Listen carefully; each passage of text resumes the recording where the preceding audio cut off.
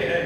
رب تعالیٰ کو قرآن کہتا ہے، کیا کہتا ہے؟ الا ان اولیاء اللہ لا خوف علیہم ولا هم يحزنون. میرا جو ولی ہوتا ہے، جو میرا بندہ ہوتا ہے، لا خوف، اسے خوف نہیں ہوتا، ولا هم يحزنون، وہ کبھی غمگین نہیں ہوتا، اسے کبھی تکلیف نہیں پہنچتی، چاہے وہ دنیا میں رہے، چاہے وہ دنیا سے پردہ کر کے چلا جائے. اب ولی جو ہے اس کا معنی کیا ہے؟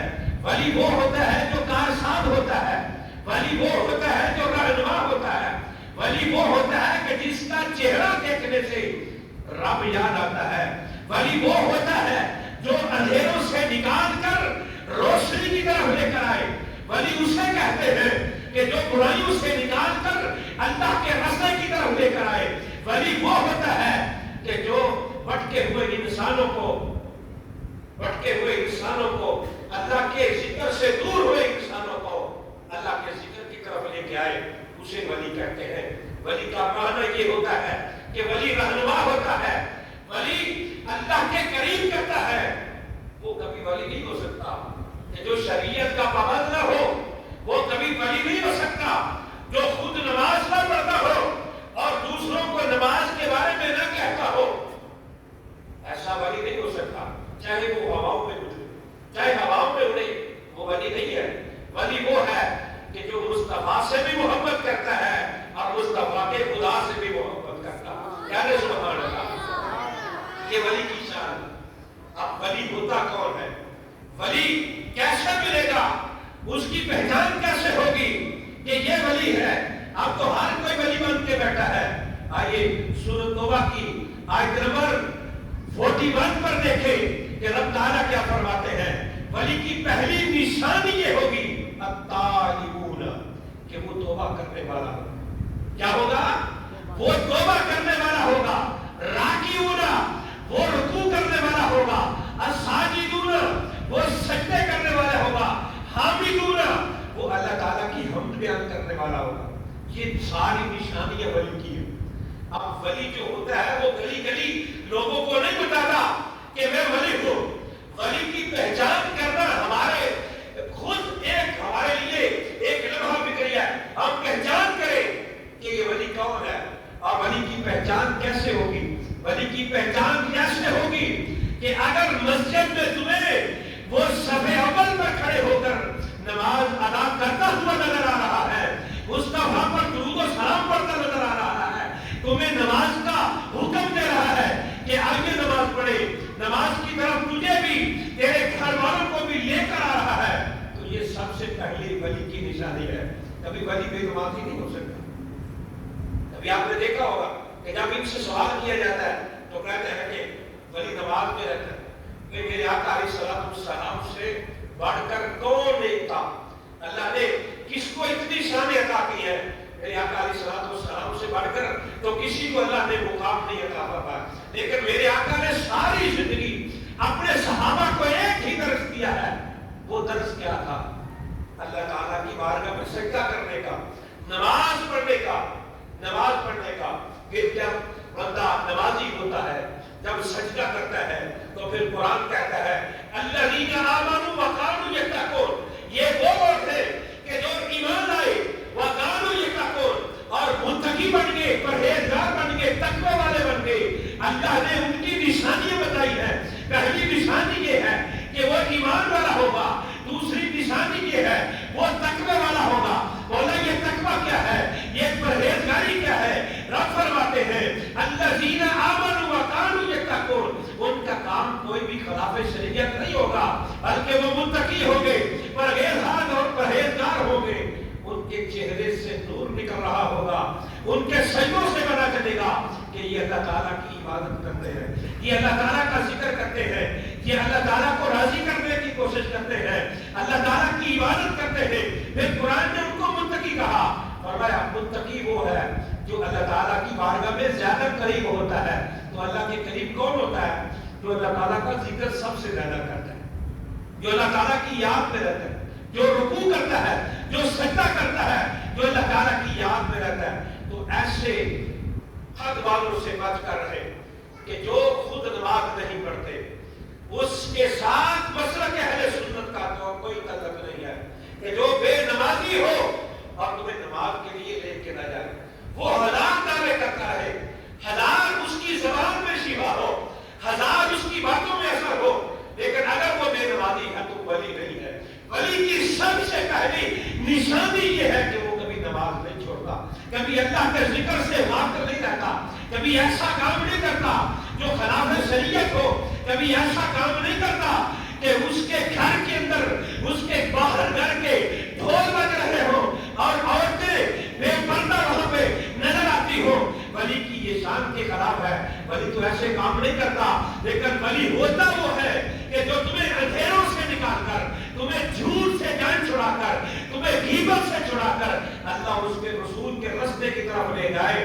ولی کے چہرے سے بھی پتا چلے اور اس کے ماننے سے بھی پتا چلے، ان کے جو محبت کرنے والے ہیں ان سے بھی پتا چلے کہ یہ پکے عاشق رسول جا رہے ہیں، اللہ اس کے رسول کے ساتھ محبت کرنے والے ہیں، یہ پکے عاشق ہیں۔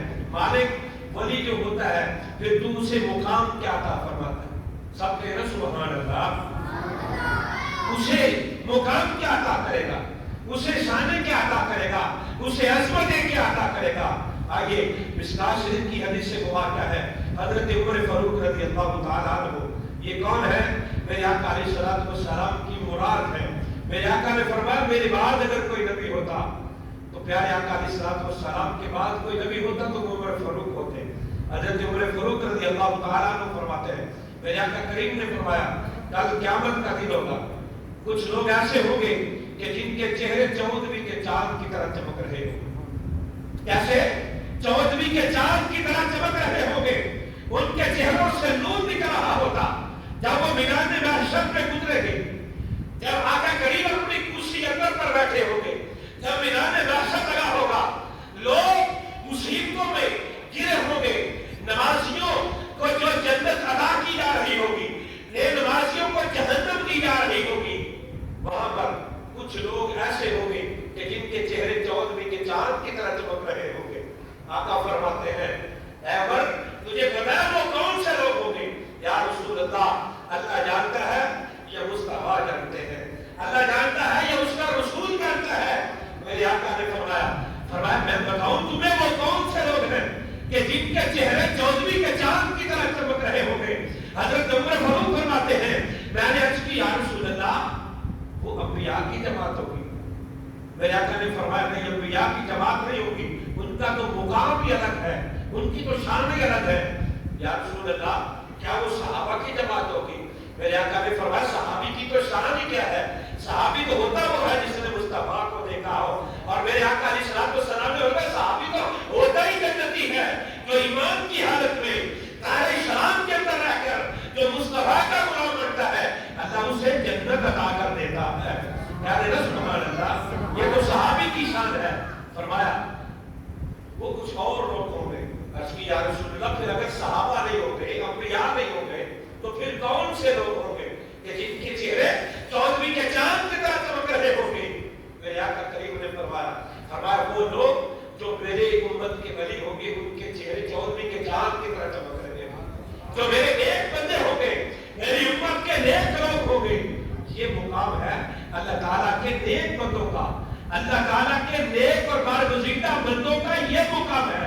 جب وہ جماعت گزرے گی ان کے چہرے سے نور نکل رہا ہوگا، نور چمک رہا ہوگا، پتہ چلے گا، پوچھا جائے گا یہ کون ہے کہ جن کے چہرے 14ویں کے چاند کی طرح چمک رہے ہیں؟ تو میرے آقا فرماتے ہیں میں یہ کہوں گا میری امت کے وہ بندے ہیں جو متقی ہیں، پرہیزگار ہیں، تقوی والے ہیں، جنہوں نے اللہ کو بھی راضی کیا ہے، مصطفیٰ کو بھی راضی کیا ہے۔ یہ ان کی شان ہے۔ تو یہ شان ہے ان کی جو متقی اور پرہیزگار تقوی والے ہوتے ہیں، ان کو کل قیامت والے دن پھر اللہ انعام عطا فرماتا ہے۔ اللہ ان کی زبان میں اثر رکھتا ہے، اللہ ان کے ہاتھ میں شفا رکھتا ہے، اللہ ان کے کپڑوں کے اندر بھی شفا رکھتا ہے۔ آئیے ابو الحسن خرقانی رحمۃ اللہ علیہ ایک بزرگ ہے، ان کا نام زمانہ جانتا ہے، محمود غزنوی بڑا عظیم بادشاہ تھا، کئی دفعہ اس نے سومنات پر حملہ کیا، اللہ نے فتح نہیں دی، کافروں کے خلاف لڑتے رہے، فتح نہیں ملی۔ ایک دن دل میں خیال آیا کہ کیوں نہ میں اللہ کے ولی کے پاس چلا جاؤں، وہ ولی جس کا نام تاریخ میں ابو الحسن خرقانی ان کے پاس جاتے ہیں، آقا اے محبت، اے پیار کرنے والے، مصطفیٰ سے محبت کرنے والے، میں نے کئی دفعہ سومنات کے مقام پر حملہ کیا ہے، مجھے فتح نہیں ملی، آپ ہمارے لیے دعا کر دیں۔ حضرت ابو الحسن خرقانی رحمت اللہ علیہ نے، آپ نے دعا نہیں ابھی دی، آپ نے اپنا کرتا اتار کے دیا، اپنا کرتا اتار کر دیا اور کہا جاؤ جا کر اس کرتے کے وسیلے سے دعا مانگنا، اللہ تمہیں سومنات کے مقام پر فتح عطا فرمائے گا، سومنات کے مقام پر فتح عطا فرمائے گا۔ اب محمود غزنوی کہتے ہیں میں کرتا لے کر واپس چلا گیا، جب واپس گیا تو میں نے دعا مانگی، مالک یہ تیرے نیک بندے کا کرتا ہے، اس کرتے کے وسیلے سے دعا مانگتا ہو، ایسا ہمیں فتح عطا فرما۔ پھر ایسا ہوا کہ محمود غزنوی کو اللہ تعالیٰ نے وہ مقام پر فتح عطا فرمائی، اللہ نے فتح سے ہمکنار کیا۔ پھر تھوڑے دنوں کے بعد جب وہ دوبارہ سے محبوب الحسن آپ کی بارگاہ میں، ابو الحسن کی بارگاہ میں جاتے ہیں، جا کر کہتے ہیں اے اللہ کے ولی، اے اللہ کے نیک بندے، اللہ نے ہمیں فتح عطا کی ہے۔ تو آپ نے فرمایا تم نے کیا اللہ سے مانگا تھا، اللہ سے کیا دعا مانگی تھی؟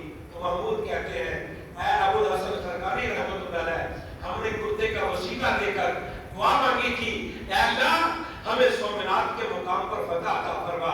اللہ نے فتح عطا کی۔ اب وہ آگے سے بولنے والا کون تھا؟ اللہ کا نیک بندہ تھا، بزرگ تھا، اللہ کا ولی کامل تھا، بول کر کہتے ہیں اے محمود تو نے ایک غلطی کر دی ہے یہاں پر، اللہ کی بارگاہ میں اگر تو یہ وسیلہ دے کر دعا مانگتا کہ اے مالک یہ ابو الحسن خرقانی رحمت اللہ علیہ کا کرتا ہے، اے مالک اس کرتے کے صدقے جتنے بھی کافر ہیں ان کے اسلام کی دولت مالا مال کر دے، اسلام کی دولت سے مالا مال کر دے۔ تیرا کام وسیلہ کرنا تھا، مانگنا تھا، اللہ تعالیٰ اس کرتے کے صدقے جتنے بھی کافر تھے اللہ ان کو اسلام کی دولت سے مالا مال کر دے۔ اسے کہتے ہیں اللہ تعالیٰ کے ولیوں کے کپڑوں میں بھی اللہ تعالیٰ نے شفا رکھی ہے۔ اسی لیے تو قرآن کہتا ہے وَابْتَغُوا إِلَيْهِ الْوَسِيلَةَ، تم تلاش کرو میری بارگاہ میں